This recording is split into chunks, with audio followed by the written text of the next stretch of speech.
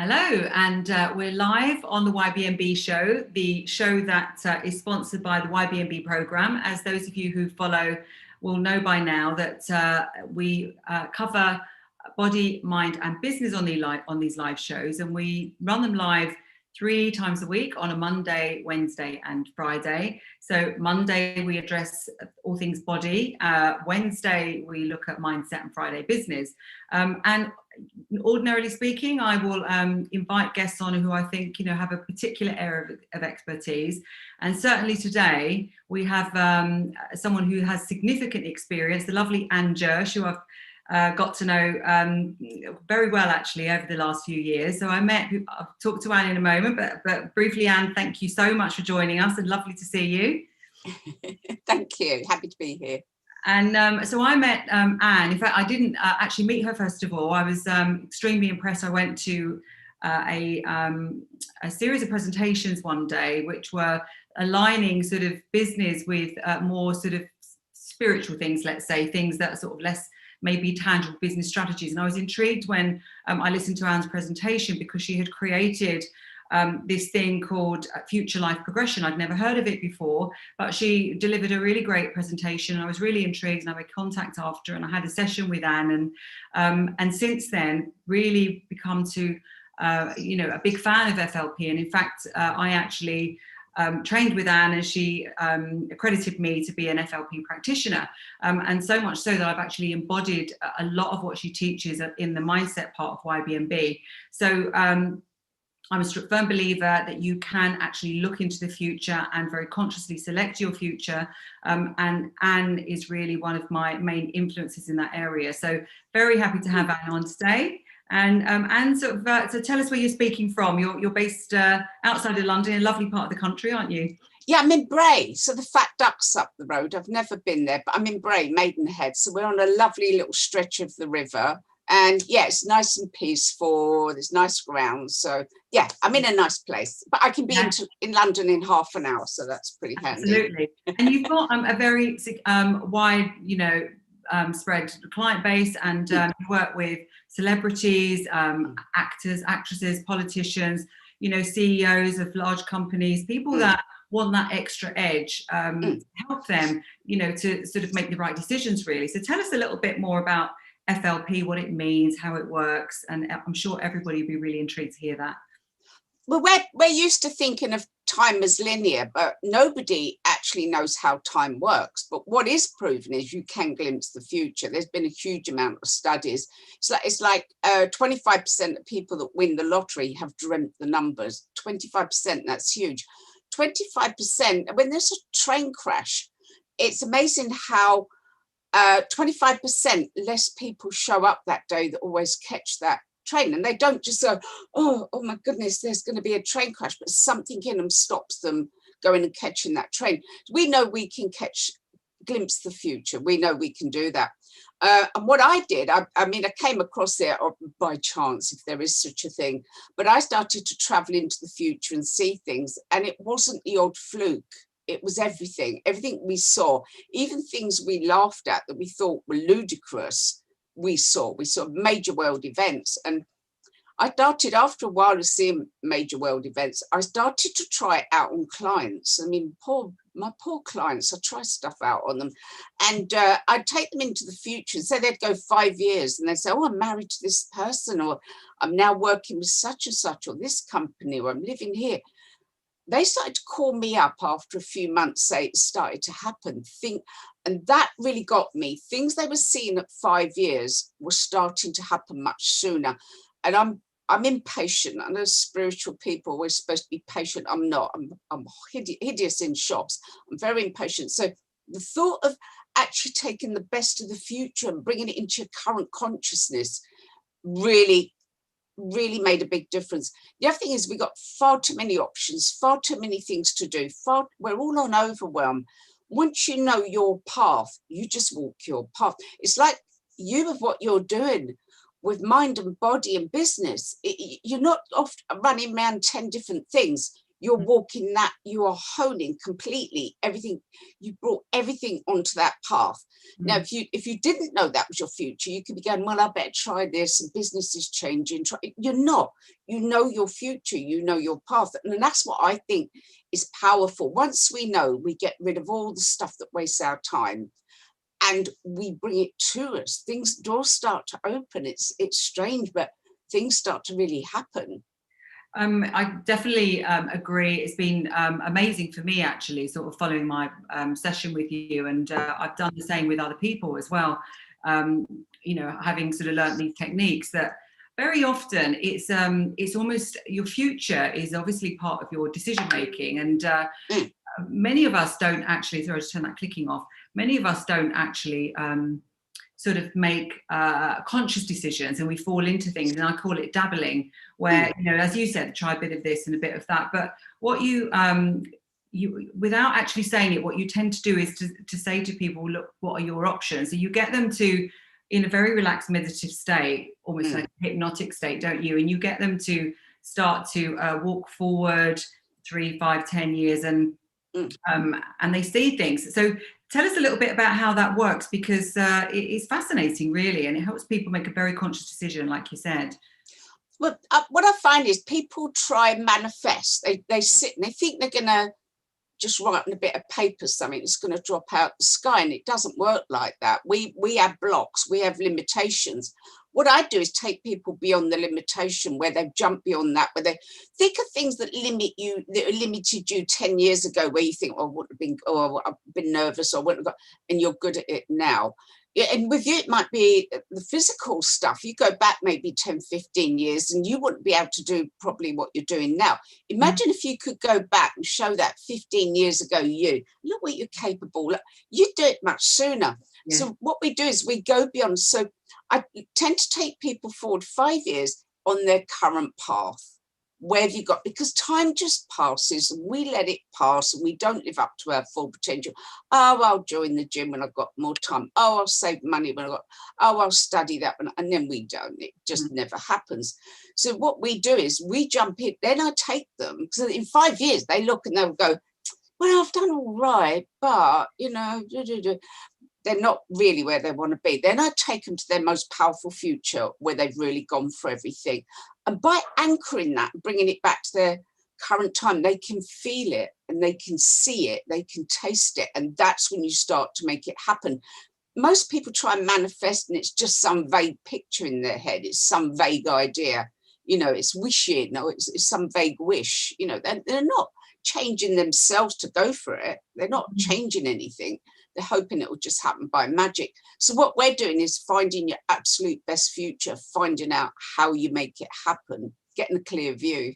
And what you do through your technique as well, and it's sort of, it is visualizing the future you, isn't it? So it's visualizing you, but when you sort of sit and relax and look at this future you, and then just sort of ask, well, what does that person look like? You may see, you know, a different, it's still you, but for example, you know, you may see a fitter you, and then you ask questions like, well, what room are you in, and what can you see, and who's around you, and then, you know, what are you about to do? We used to do this a lot with young people when we used to get them to envisage their, you know, their first job. We'd get them to sort of think in 5 years' time, what does their, you know, what's their career, who are they living with, what car they're driving, what clothes. So you can have fun with it as well, and really sort of bring your future life together, can't you? But I mean, a couple of examples that I've got is where people sort of say, well, you know, I'm working in a particular country, or I've just written a book. And then those are such tangible things that when you then come back to day one, you can say, oh, well, okay, I'd written a book by then. Well, let me start writing that book. You know, I look super fit. So let me now, I know that's my path, and I really want that, and I love the look of it. And as you say, it's the more you can bring that to life, the more you can then bring it back and start from the beginning, can't you? What were you going to say? Well, it's interesting what you're saying, because I saw myself on stage wearing a navy suit, and the very next day I went out and bought a navy suit. Yeah. And I wasn't doing anything on stage. Within a fortnight, I was on stage talking to 250 people for an hour and a half. It's as if something in you shifts. But I always go and buy the clothes that I see myself wearing. And posture, you've often mentioned posture, how we stand, our stance, huge amount of research behind stance. Stand how your future self stands. And it's amazing how everything about you starts to change when you change that stance. So the more you get in touch with that vision and become it, the sooner it happens.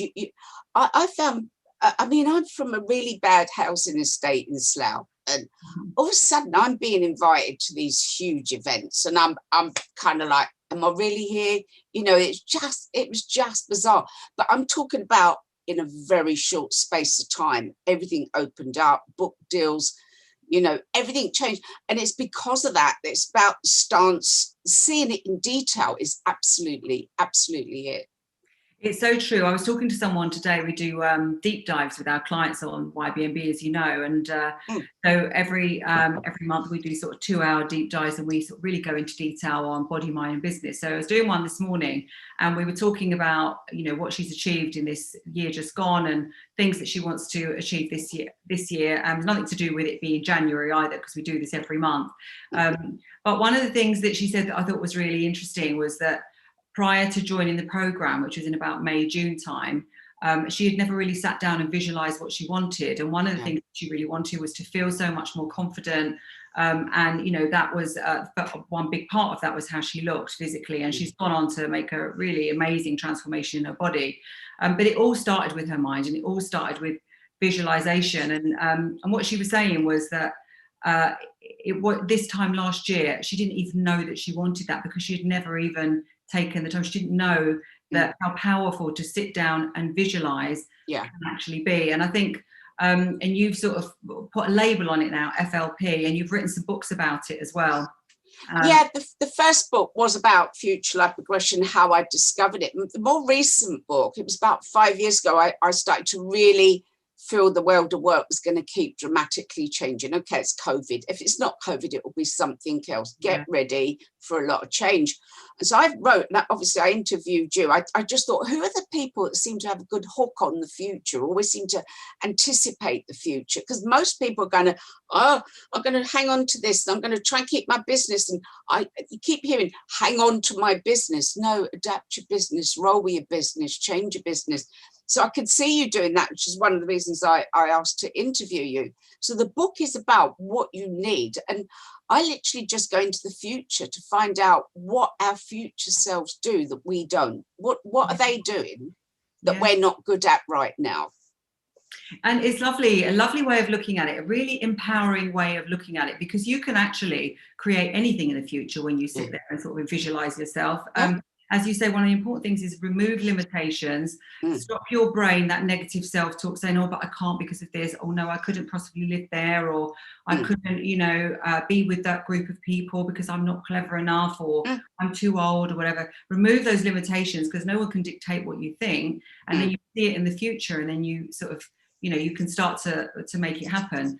One of the things that is different about it is that so often people sort of dwell on the past, and they allow the past to hold them back. But I know when I was working with you one day, we talked about how to eliminate things that do hold you back. And although you're very much, you know, for future and visualization and everything, you do an exercise, don't you, where people go back and they see a past them, and they can sort of eliminate some of that stuff. You know what was so strange was that when I did that with you, I saw myself as this sort of female warrior on a horse. I think I remember.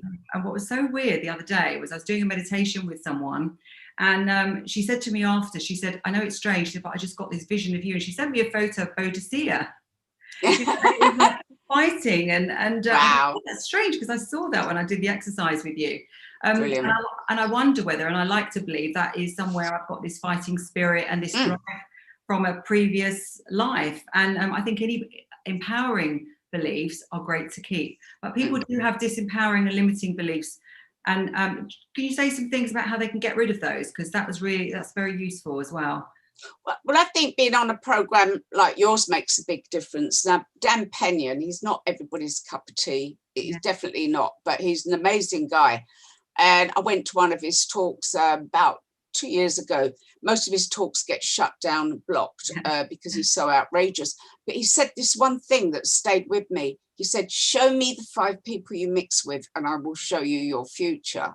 And that was like, you know, if all your mates are sitting there moaning and putting on weight and going it hard out there, that is a massive influence. And I've noticed it with love life as well. People with their personal life, if they're around a load of friends that just moan about blokes or whatever, and it always goes wrong and oh, they're all bad, that's what they start attracting. So with money, if all your friends are always hard up, so I think that's a major thing. But being on a program like yours, is that constant bringing you back to people who have got the same mindset, and your mindset will grow stronger. Anything's more powerful in a group than individually, obviously. You know that from meditation and various other things. So getting on a program, mixing with people that they wouldn't be there unless they wanted to really crank up their life and move forward dramatically. So you're surrounded by people. It's hard to find good, positive people that just stick with things. Yeah, and I think as well, it's not necessarily even people that are just like rah rah, everything's brilliant. It's about realists, isn't it? Because you said something earlier that's very interesting. You know, people talking about, I've got to hang on to everything, hang on to my business. Oh my God, when can we go back to normal, etc., rather than the mindset, which is, okay, it is what it is. We've been picked up from one environment and we've been plonked in another. What, you know, the business that I had and the service that I was delivering maybe 10 years ago was in an entirely different economy to the one now. The client base that I had, so for example, restaurant, the client base that I have, you know, not only are they not there anymore, but they may have changed their taste about what they want to do in the future. So, you know, being amongst a group of people that are willing to constantly be letting go what's no longer relevant and looking to the future. I mean, you know, I belong to a great group called Abundance 360, where they are constantly looking at longevity and business of the future and how can you be around strong, fit and healthy to be there and experience and take advantage of these things. But you've got to be, if you are going to sit there and envisage your future, you call it future life progression. The progression bit is really important, which is to not be hankering after, oh my God, I want things just to be as they were. But right, how can I make that happen? And it's so exciting at the minute. If you think about the opportunities, once someone's seen a vision, what would you say about sort of the steps to make it come true? Because, you know, they may have negativity around, they may have restraints, you know, lack of money, resources, time, whatever. I don't know. What would you say? I would say, you know, it's one of them things, live it, polish your shoes every day, get up, live it, don't waste time, don't watch dumb stuff on telly, just get absolutely live it. It's like when I write a book, I just eat, sleep and drink it till it's written, and it is a grueling task. I mean, my books are 60,000 words. Publishers are very demanding. I live it. I absolutely live it when I'm working on a program. I live it. I think you've got to kind of start living it in order to create it. Don't wait for it to come to you. Don't wait for it to happen. My favorite quote, especially in this time, is do what you can with what you have where you are now. And when you come to that, you're not waiting for the gym to open. You go, well, okay, I'll do it at home with baked bean tins. Okay, I'll do that. You know, there's always something you can do. I mean, I spoke to somebody yesterday who was depressed and can't do a lot with work. And I went, you can study something that enhance your career. You can set something new up. You can set up a business for 50 quid these days. You know, just get off your butt, nearly swore. Get off your butt, go and do something, you know, but you have to start living it. You actually have that. I like people to have a little bit of fear not to. One thing that drives me, I never want to be that poor again. I never want to struggle like that again. I never want to have the health issues I had in my 30s. So I really, really spend a lot of time and money on health. I'll drive an old car, but I'll spend money on health. I really spend money on health. Start living it, start acting as if it's here now, and then it becomes your reality. Well, you certainly walk the walk, because you participated in YBMB and you did you dramatically increase your steps and your training and everything, didn't it? Yeah, absolutely. And it's amazing because if my mum was still alive, she'd go, you haven't got my Anne out walking. Because I wouldn't walk anywhere. I never walk. I really don't. In fact, when I lived in the house where when I had my children little, I used to drive across the road to the Chinese. I used But to drive. now you're a big advocate of it. You actually, yeah. It's really amazing. But yeah, it's amazing. Walking is really good, but it's also to me like a meditation. So it's not just the physical. It's really good for my brain. I have good ideas. And Chris Perez-Brown, if you ever come across him, he's an amazing guy on creativity. And he says you have your best ideas when you're out walking or in the shower. But walking is really, really been good for me, really good. You know, I'm loosening up. I didn't realize, I saw some video footage of myself and I was so hunched up and stiff. Yeah. So gradually the walking's loosening me up, but I was really hunched up. So on the, for those of you who don't, I mean, many people watch this, they've actually followed the program anyway, but for those of you who don't know, YBMB, one of the first things that we do, people sort of look at these amazing body transformations that we help people achieve. But when we very first say to them in the first week, you know, okay, so we just want you to do 10,000 steps and post your steps on the Facebook group and in the WhatsApp, they're sort of like, well, don't you want me to go to the gym? And then you, as you say, then we teach them to start weight training from scratch with tins of beans and you know, before you know it, they're doing bench press with sort of 30 kgs and lifting properly, you know. But that's all part of the vision. Getting back to FLP again, you know, when you actually see yourself, aesthetics are really quite important in sort of making something come real. Like you said about the navy blue jacket, you can do something straight away. If you see yourself in the future, you know, and the image that I got was sort of looking, there was a lot of light in the room and sort of looking out over the sea, I think, and looking out over the city as well. And it really makes me feel that at some stage I'm going to end up, even if I don't live there, that I'm going to be spending some time in somewhere like Miami, or I feel it's going to be something like that, because I can see it. And I love to be in places where there's lots of light, but also I could see how I looked and some of the things that I was wearing and how my hair was, etc. And you know, subconsciously, once you're clear on that vision, you start to work towards it. And even if straight away today you could sort of start to put the right jacket on that you saw yourself wearing, you start that book. You know, if you were to see yourself with someone, you might reconnect with that person now, start to build that relationship. If you saw yourself, I know you were saying that you knew someone, or you saw, was it for yourself, who you imagined that you were living in a sort of a tree-like island, and it ended up being. Yeah, that was me. I had no money, and I ended up with an apartment on Palm Island, and we were the first to buy in Dubai. And at the time, there were no islands off the coast. We called it the Wiggly Shape Island. Myself and my friend Carmen both saw it, and she was airline crew. You know, we didn't have much money. She ended up selling that for £2 million, and she built her a palace, I swear to God, a palace in South Africa. It's called the Barefoot Palace. It's even got a lake with floating temple on it for meditations and yoga. So we did very well. So I had the apartment. It didn't exist. We couldn't, people say, oh, you're thinking about what you want. We didn't understand the Wiggly Shaped Island. It didn't make any sense at all. I had no plans to buy a place. But every house I've lived in, last 3 homes I've lived in, I saw them in the FLP. And I think that's the important thing as well, is you don't really have to believe a lot of this stuff. This is what I've learned. I mean, you know, part of the premise of YBMB is that it is 80% mindset and 20% strategies. And for so long, myself, and I know lots of people come on the program, business people, you know, have been sort of working all hours God sends, and sort of business strategies and learning stuff and financial modeling and marketing. And, you know, yes, all of that is important. But if you don't have the belief and the vision of what you're trying to create, you can often waste decades, you know, or definitely years anyway, sort of meandering around and not really sure what it is. So I think, firstly, it's you don't have to understand it. As you said, you know, time is not necessarily linear. None of us know about how time really works, and really seeing different options. We don't have to understand it. But what we can do is sort of give in to the fact that there is something there, create a vision, and then it's not like looking into a crystal ball and sort of going, well, now I know what's going to happen, I'll just sit back and wait for it. It's actually seeing alternatives and then making a conscious decision to pursue it. Because if Yeah. you'd seen the Wiggly Island, but if you'd have not decided to go and look at these properties and, and seek this stuff out, wouldn't have happened. So we all play a part in it, don't we? Yeah. We create it, but it's just leaving ourselves open to possibilities, I think.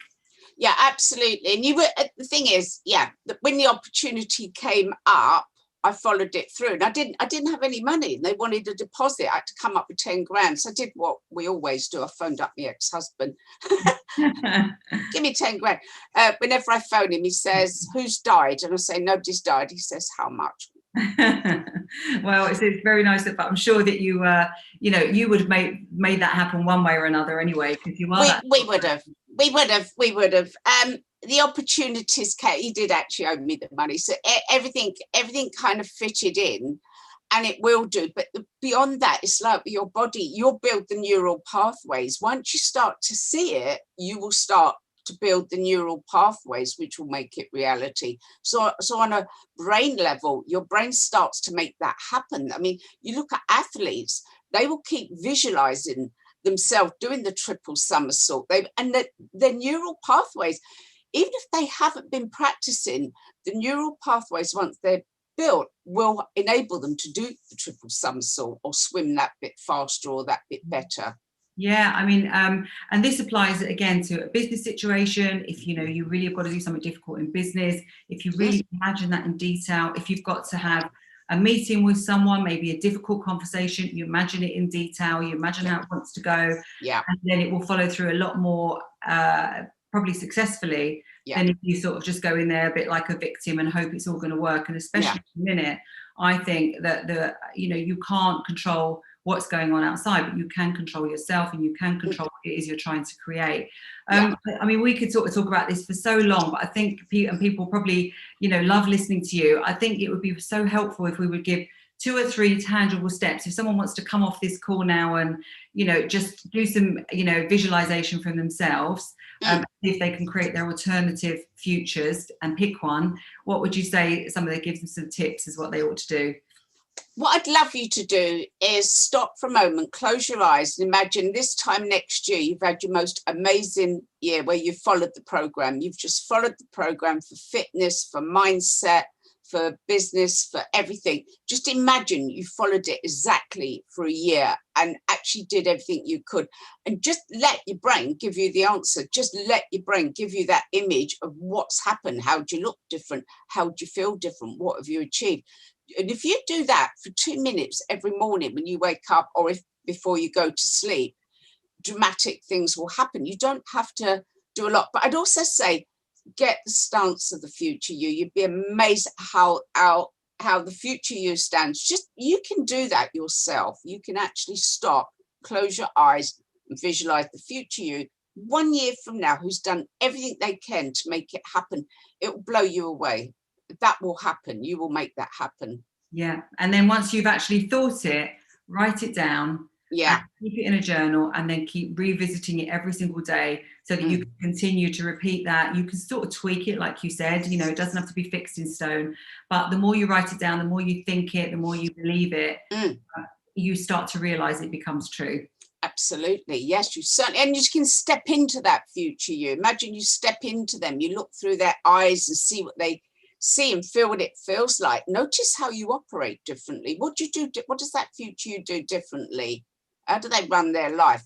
And straight away, you'll start to take that on. You'll start to go, oh, don't waste time. I do this regularly, and I go, right, stop wasting time on that. I go into this different space. I sit up straighter. I stop wasting time. I focus on what's important. My whole energy changes when I step into the future me. And that future you as well could be given a name. So you can give it a name, which you don't have to tell anybody else. But it's almost like, when we give our dogs a name, we give them a name so that they come when we call them. And so you can give this future you a name that it just comes when you call her. So if you need it, if you need that persona, if you're struggling as to what to say, what to do, what to think, you call that persona in and make it a reality. Yeah, absolutely. Yeah, really good idea. So lovely to talk to you, Anne. And anybody who is interested in following Anne's work, I mean, she's very prolific on Facebook, so we'll put her links into the notes so you can follow some of Anne's work and look at her books, and she does some really great stuff. And if you're interested in doing some more of this work with myself and my team on YBMB, the YBMB Show, and you want help with your visualization, but more importantly, even to make it come true, then you can also click the link to join the show as well. So lovely to talk to you, Anne, and I'm sure we'll talk lots more in the future. I'm sure. Have a fabulous day. It's been wonderful. All right, take care. Thank you very much. Bye. Bye-bye.